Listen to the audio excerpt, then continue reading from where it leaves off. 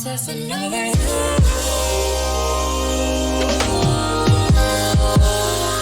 I'm obsessing over you.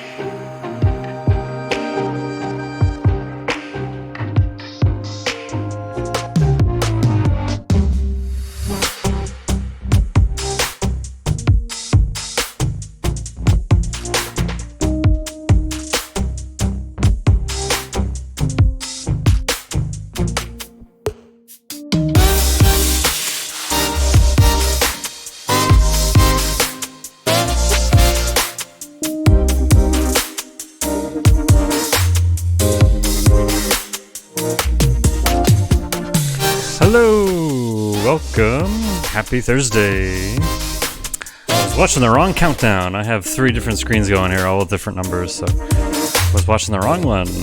What's that saying? A man with 2 watches never knows the time. So happy Thursday, everybody.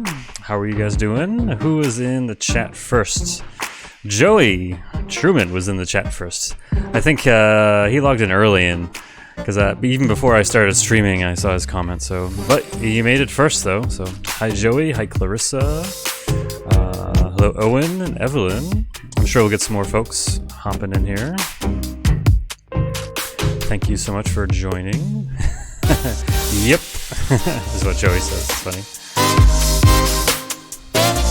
But yeah, you guys noticed the fun lights? I got some lights going on over here. And over here. Also some blue ones off camera. And the ones in front of me are a lot better. So, yay Amazon. These were the absolute cheapest ones I could find though, so. But, so I think the lights and this thing are the main things that I bought just for live streaming, so. But yeah.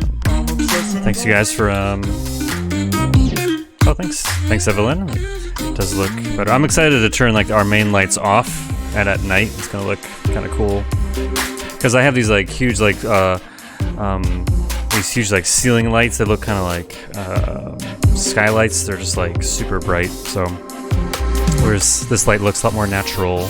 But anyway, that's the photographer and me coming out.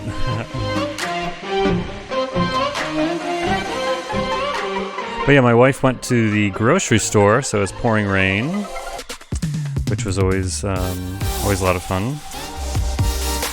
And she said that her grocery store, the one that we go to, is in Hopkinton. She said that you walked in, you had to follow an exact path. Like you couldn't like just go wherever you wanted. You had to walk through the store in a certain way, and you had to be at least 6 feet away from everyone. And she wore a mask, and about half the other people did there too. So, whew, life is different. Life is very different for us. So she goes back to work tomorrow. So right now she's been working from home, but she's officially going into work tomorrow. So that is going to change our schedule a whole lot. That's going to be exciting for us, for sure. And so there's going to be a change in programming. Thank you guys who have been super consistent and hang out with me in the live stream every day. The live stream, I should say, the Ignite live streams are going to stop, but they're going to be replaced with something else. They're going to be replaced with daily devotional lesson videos. They're going to be about 3 minutes long, and so those are going to be released at 4:30, premiered on YouTube, and I'll be able to comment right along with you, so I'll still be in the chat. It's just with Caitlin going back to work and schedules just being crazy, I can't commit to being here I can't commit to being right here in front of the camera every day at 4:30 because who knows what Caitlin's schedule is going to be. So so it's going to be a little bit different, and we still are going to live stream. I'm excited. I have some plans with that, so that'll be fun.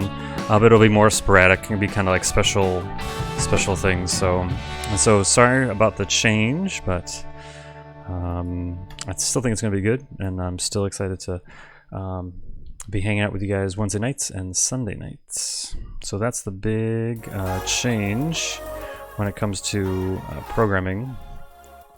It's going to be pre-recorded videos premiered, but I'll be chatting right along and reply to every comment. So yeah, that's going to start next week. So tomorrow is the last Ignite live stream in its current format.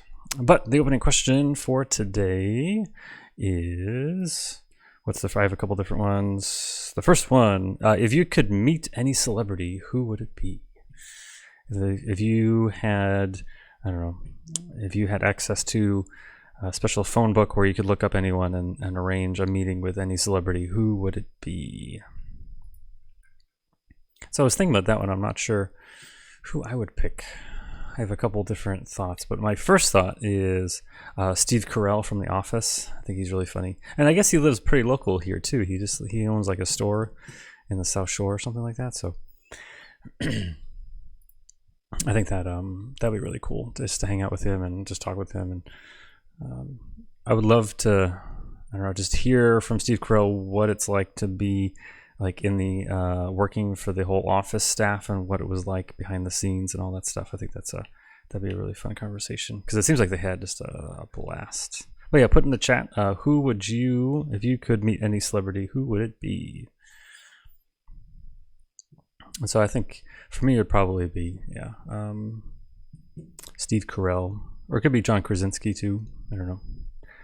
They're both pretty cool, and they're actually both from Massachusetts. So they're actually both from John Krasinski, or Jim from The Office. He's actually from, his dad was an ER surgeon, or he was a doctor at St. Elizabeth's. That's about all I do. So he was like from Boston. And yeah, I'm not sure. I think those are, I'm not a huge like movie buff. Like, I don't know. I'm not a huge, I don't know. Celebrities have to, I don't know, really interesting or really funny for me to meet them. So I've heard Tom Hanks is a really nice guy. I've heard like Captain Kirk, what's his name? William Shatner is not a nice guy. I've had a couple of friends meet him and just say, yeah, he was like really neat. But, oh well. So you guys are saying Tom Brady. Yeah, it'd be fun to meet Tom Brady for sure. I wish, yes, I'm still a little hurt. I wish he stuck it out here in New England, but yes, you got to do what you got to do. I get it. So, but it'd be fun to meet Tom Brady. He seems like a nice guy. And Evelyn wants to meet a woman named Hillary Hahn. Oh, she's a violinist. She seems like a nice lady. That's pretty cool. Oh yeah, career advice. That's pretty cool. I was thinking about that too. I was thinking, do I want to meet like some famous like church guy, or I don't know, like John Piper or someone like that, or I don't know. I remember one time I didn't actually meet him, but we ended up kind of going to his door by accident. But like the really famous pastor at Park Street Church in Boston, we ended up going to his door by accident, but he was nice. Joy Truman wants to meet Jimmy Donaldson. I'm not sure who that is. Hello, Lauren. Welcome to the chat. And John Krasinski is really Kristoff from Frozen in my mind. Interesting. But yeah, Steve Carell and John Krasinski are pretty cool. Mr. Beast is that guy. Cool. So yeah, the reason we're talking about that is in the Bible. One of the main things that Paul is talking about is people's problem, especially when they misunderstand all the things that we're talking about, is that they simply just don't understand, or they just don't know Jesus. And so he's like, he's the person that you need to know, and everything is kind of summed up in him. And if you don't know him, if you don't have that piece of the puzzle, then you're kind of confused and missing out on some things. So that's what this chapter, one of the ideas that we're going to be talking about. It's a shorter chapter in comparison to the other ones. It's only like 21 verses. So, but let's pray and then dive in. Jesus, thank you so much for this live stream and the people joining me. We pray that, again, you bless it. Help us understand the Bible more and more each day. Help us understand Romans 10 and what Paul is getting at. In your name, amen. So we're going to go over to the Bible. Here we go, Romans chapter 10. So there's a big red section. That means I'm confused about it. So I looked it up a little bit. But anyway, we'll dive in. Brothers and sisters, my heart's desire and prayer for God, for the Israelites, is that they may be saved. For I can testify about them that they are zealous for God, but their zeal is not based on knowledge, since they did not know the righteousness of God and sought to establish their own. They did not submit to God's righteousness. Christ is the culmination of the law, so that there may be righteousness for everyone who believes. And so, yeah, this whole section relates to the opening question. So they were, these people, the Israelites, the people that ended up doing wrong, they were zealous. They were really trying their best, but they were even zealous for God. But it was about how much can I do to prove to God how cool I am. And their zeal is not based. I have a ladybug crawling on my computer. Their zeal is not based on knowledge about who Jesus is and what true righteousness is, and they sought to establish. They wanted to do it their way, but yeah, they missed it. The one person they should have met is Jesus, and they just missed it. He kind of sums up everything. And again, this is another theme that's all over the place. It's not just for Jewish people. Jesus is not just for Jewish people. He's for everyone who believes. So, and then he goes on to this section. Moses writes this about the righteousness that is by the law. The person who does these things will live by them, but the righteousness that is by faith says, do not say in your heart, who will ascend into heaven, that is to bring Christ down, or who will descend into the deep, that is to bring Christ up from the dead. But what does it say? The word is near you, it is in your mouth and in your heart. That is the message concerning faith that we proclaim. If you declare with your mouth Jesus is Lord and believe in your heart that God raised him from the dead, you will be saved. For it is with your heart that you believe and are justified, and it is with your mouth that you profess your faith and are saved. As Scripture says, anyone who believes in him will never be put to shame, for there is no difference between Jew and Gentile, the same Lord of all, and richly blesses all who call on him. For everyone who calls in the name of the Lord will be saved. And so this section is really talking about, well, this first red part, I mean, I see how it flows into it, but yeah, so this part is confusing. I had to read this a whole lot, and I had to look up in my fancy Bible software kind of what this meant. And honestly, I'm still kind of confused by it, but so Paul is quoting, he's quoting loosely, kind of paraphrasing some quotes from the Old Testament. And you really have to know the Bible and biblical history to kind of understand what he's talking about. But yeah, so he's talking about how, like, we're talking about who will ascend into heaven. It's kind of like how Moses went up and got the 10 Commandments. He went on the mountain and got the 10 Commandments. And then who will descend into the deep? That's kind of another phrase for descend into the depths of the dead. And so he's saying, like, Jesus came down to heaven from us, came down from heaven to us to help us out, and Jesus came back from life. That's what we're going to be celebrating on Easter. And so he's saying Jesus did all that stuff. And so again, you're missing the point. It's all about Jesus. And so, but I think how they phrase things and just the words that they used, I think back then they would have understood it more.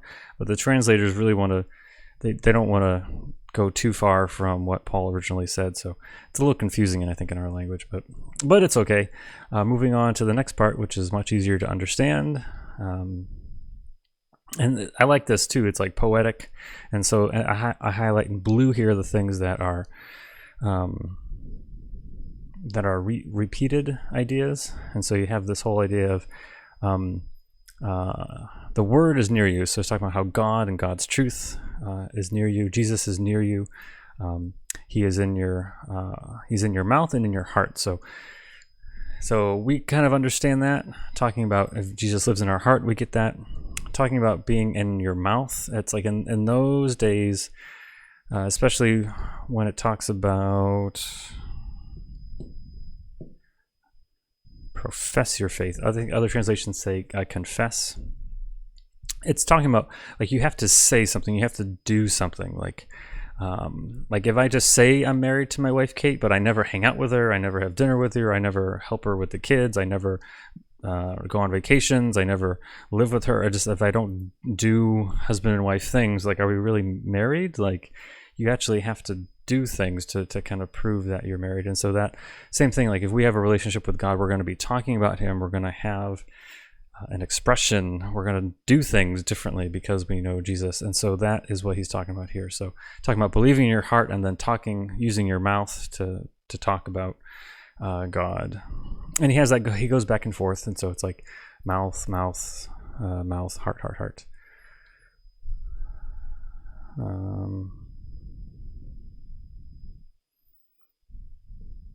I really like verse 9 too. It's one of those verses that sums up Christianity really well. If you declare with your mouth Jesus is Lord and believe in your heart God raised him from the dead, you will be saved. And so there's this whole idea of believing in your heart and doing something about it. It's not just stuff. It's not enough just to say you believe. You actually have to do it too and believe it in your heart. So I also love this. So again, it's one of those things, especially back then, when you're reading it and you're going through it, it seems awfully repetitive.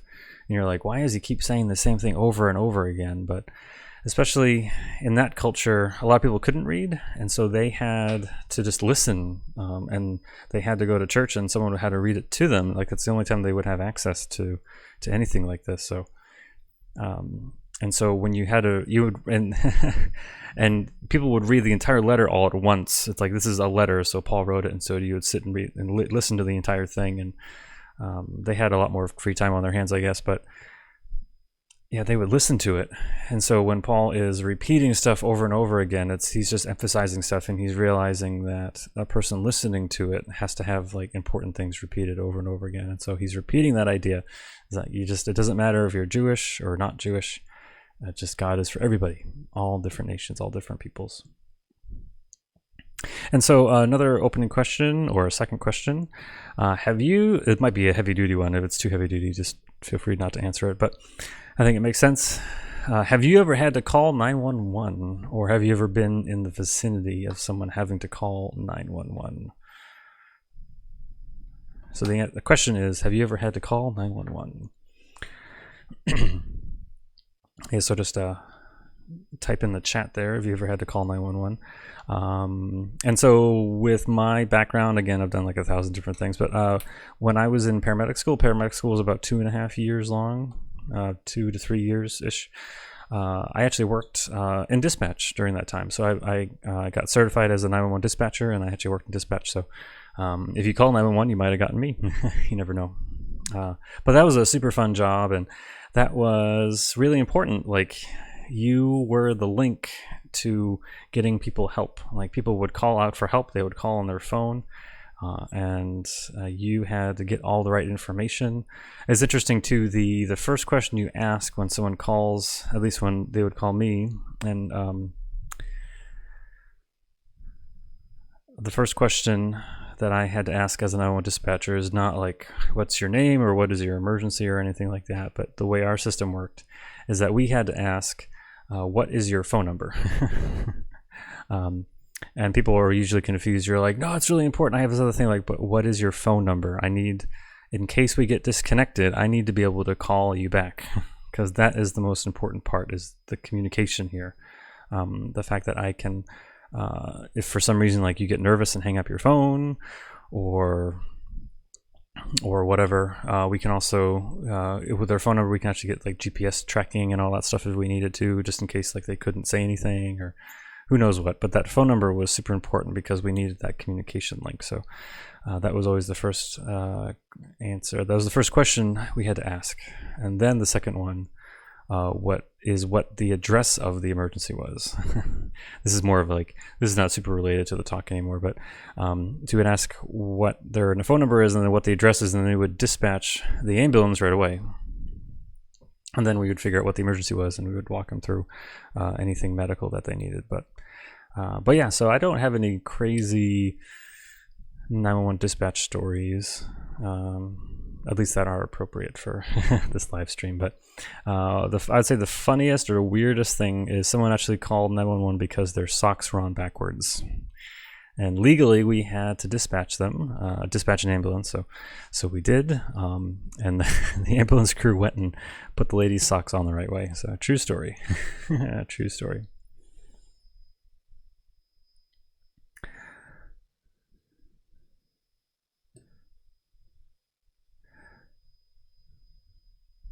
Evelyn, checking out the chat here, read a book about a kindergartner having to call 911 because the bathroom was locked and she was having a bathroom emergency. Joey Truman accidentally called 911. That's funny. And Owen was in the vicinity of someone calling 911. Yeah, so it's kind of a weird thing. Also, if you call 911 on your cell phone, it actually costs money. It used to cost like, I don't know, $5 every time you called. So a little known fact about that. I don't know if that's still the same, but nowadays you can actually text an emergency to 911. So if you ever need. Also, too, there's like a joke going around, like you can talk to your smart assistant. I'm not going to say who they are, but you can actually talk to your smart assistant and say, especially in America, you just say dial, I think it's like 222 or something like that, but that's the European form of 911. And so if you do that, it will still activate all the emergency numbers. So don't do that. But anyway, so the idea here is that it is super important to be able to call someone and communicate what you need and get people the help that they need. Otherwise, they wouldn't be in a good spot. And so Paul is talking about, in this section, people need to be able to know about Jesus so they can call on him. They need to know about God. They need to know about the Bible so they can ask for help from God. So let's dive in. Let's read it. How then can they call on the one they have not believed in? How can they believe in the one whom they have not heard? How can they hear without someone preaching to them? And how can anyone preach unless they are sent? As it is written, how beautiful are the feet of those who bring good news. And so, yeah, that whole idea about we as Christians, like if we truly believe that if we are truly saved and truly believe in Jesus, then we're going to confess with our mouth. We're going to tell people about it because God helped us and we want to help other people. And it's not something to like force you into it or anything like that. And in our culture, it can be a little weird, but it's important to be honest and tell people and like find real honest ways to talk about God. And I'm not saying being like some weird or any, maybe if you're just a weird person to begin with, and that's just be yourself, but not being like an annoying person, not, I don't know, slamming the Bible over people's faces or anything like that, but just really sharing with them the truth that has helped you. And I think that's being authentic, that's being helpful, especially too if you're just nice about it and you're not like saying I'm not gonna like you anymore unless you believe what I believe. Like I think a lot of times we think that's what people think. But yeah, no, just be friendly to everybody. That's also in the Bible. So be kind, be friendly, but tell them the truth about your experiences and your background, and you'd be surprised as to how if you're ready to have good conversations like that and just be honest, then you'll make a difference in people's life. And yeah, have courage and go for it. So it's good.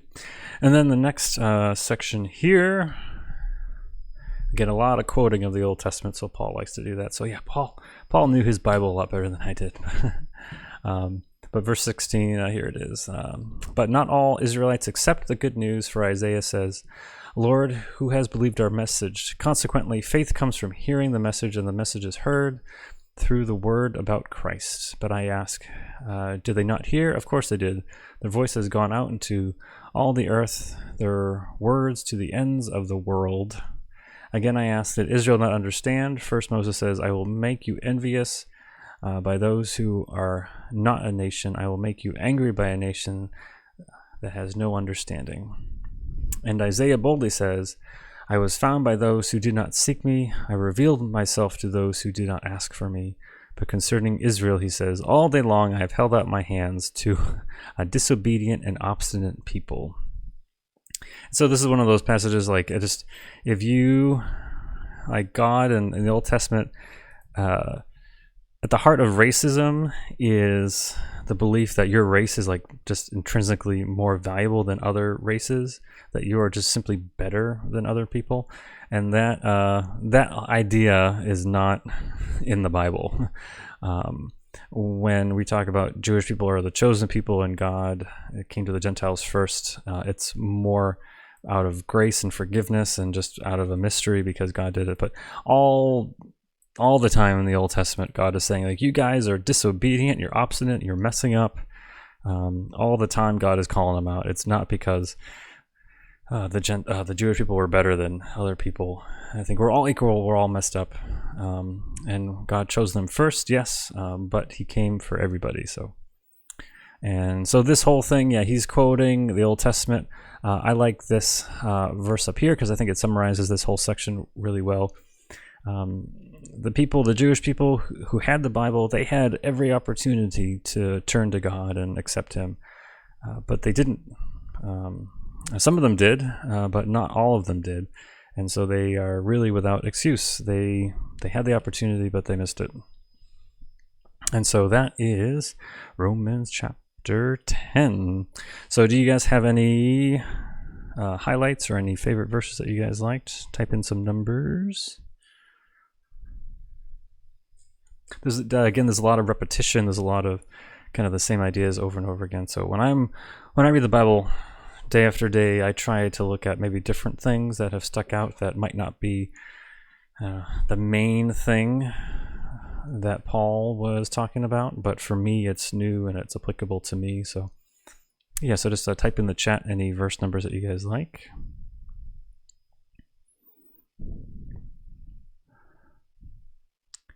13 is a good one. I already have one in mind that I might pick, but Christ is the culmination of the law. That's a really good one-liner. That helps you understand a lot of this stuff. And what is it? Verse 9 was also really good, a good summary.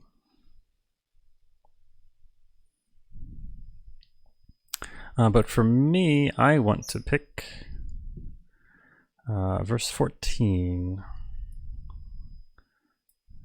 Kind of this whole section, but especially verse 14. How can they call on the one they have not believed in, and how can they believe in the one whom they have not heard? And so that's really talking about in this opportunity, in this section here. So that's the highlight, and then explain. How does it fit in with everything here? The verse right before it says, everyone who calls on the name will be saved, and talking about what it means to be saved and be a Christian. And again, he's talking about everyone, and it's not just Jewish people, that whole idea again.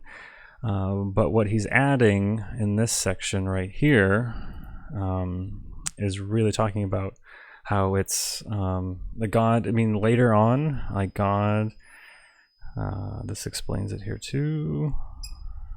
I revealed myself to those who do not ask for me. So God sometimes just kind of zaps people and says, hey, be a Christian. And they just have these crazy stories. And I've talked with people, and one of my close friends, he actually passed away just around Christmas time last time. He has a crazy testimony about how he just had this like super vivid dream, and he became a Christian from that dream. And that's like not normal, but it happens. And even listening to people in other countries, especially countries that go out of their way to hurt and harm Christians and try and stop Christianity, even in those crazy situations, God still just calls people, and that definitely can happen.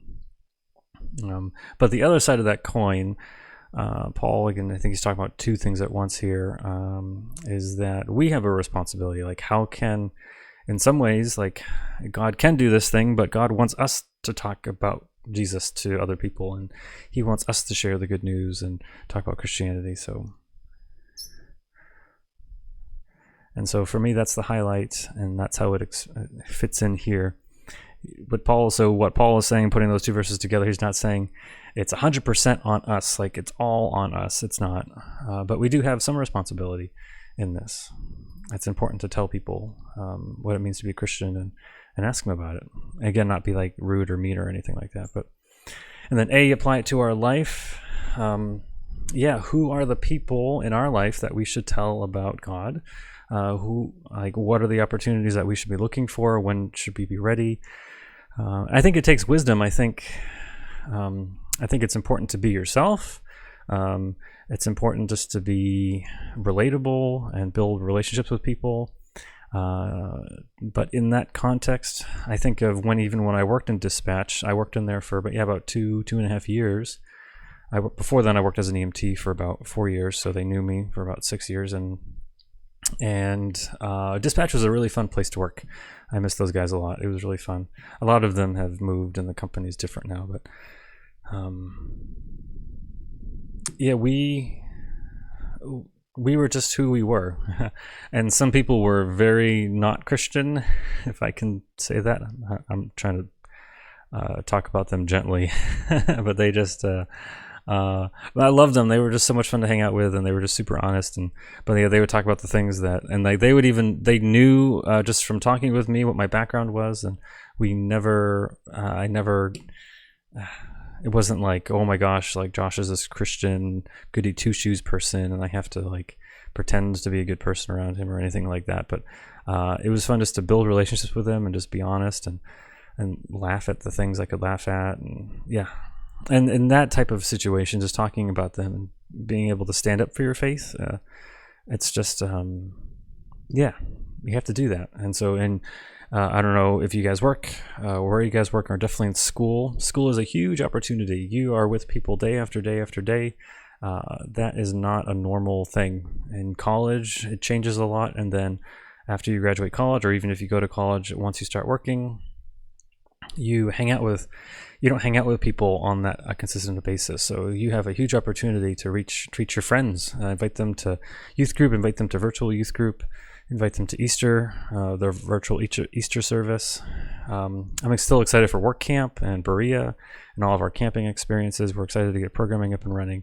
Like, invite people. It just could be just a really fun thing. We try really hard to make church not embarrassing. We try to make church fun and engaging, and and we want to make it friendly for everyone who can come to church. Even if they've never come to church before, we want them to be able to, a new person to be there and be like, oh, okay, this is not too bad.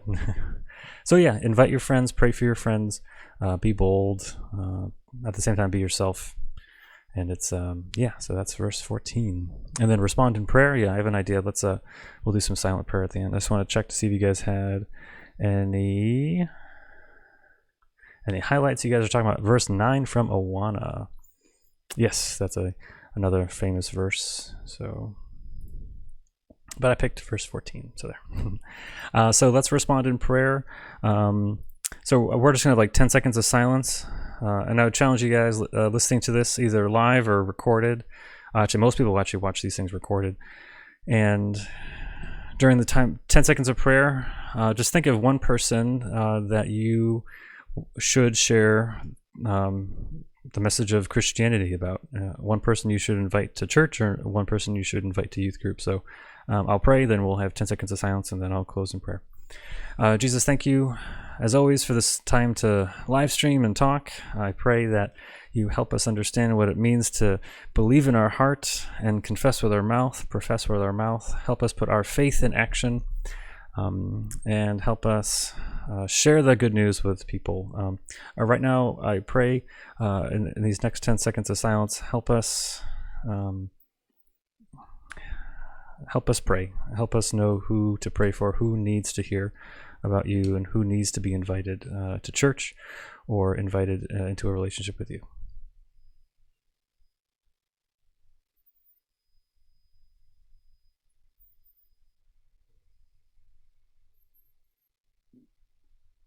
And Father, I lift up those people. I have a couple people in mind right now. Call them home, especially during this time when our attention is about kind of scary things, and right when the pandemic is at its worst, we have Easter. May Easter give them hope, not because it's just some silly religious thing, but because you are truth. You came back to life, and you are offering us life. We pray for the rest of our evening, and tomorrow at Good Friday, help us connect with you and each other. In your name, amen. All right, thank you guys. wrong button there. But yeah, so thanks guys for joining. Do you guys have any ideas for titles? I'll get up the music here.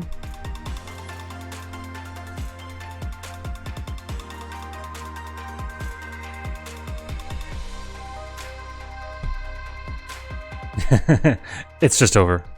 Jesus is your dispatcher. Ooh. I like that one. That's pretty cool. I was going to go with something like, what's the number for 911? But Jesus is my dispatcher is a lot better. Or Jesus is your dispatcher. Cool. I like that one. Yes, do that. Cool. Awesome. So Jesus is your dispatcher. That would be cool on a t-shirt, I think. But anyway, that concludes tonight's live stream. Thank you guys. See you tomorrow at 4:30. So this is the thing. So Caitlin goes back to work, assuming she doesn't get stuck at work. I will be here at 4:30, but she might get stuck at work. We don't really know. But if that's the case, I'll let you guys know on my Instagram account. But please join us at 6:30, 2 hours after, for our Good Friday service. And so that one starts at 6:30, and it's through Zoom. It's going to be going out through email and all that good stuff. So please don't share out that link. It's kind of like a phone number, so it's not polite to hand out people's cell phones. But please only share it if you're inviting someone. So invite someone to our Good Friday service. It's going to be a one-of-a-kind service. So it might be amazing, and it might be like really awkward and weird. So we're gonna try something. So but thank you guys, and I'll see you tomorrow. Peace.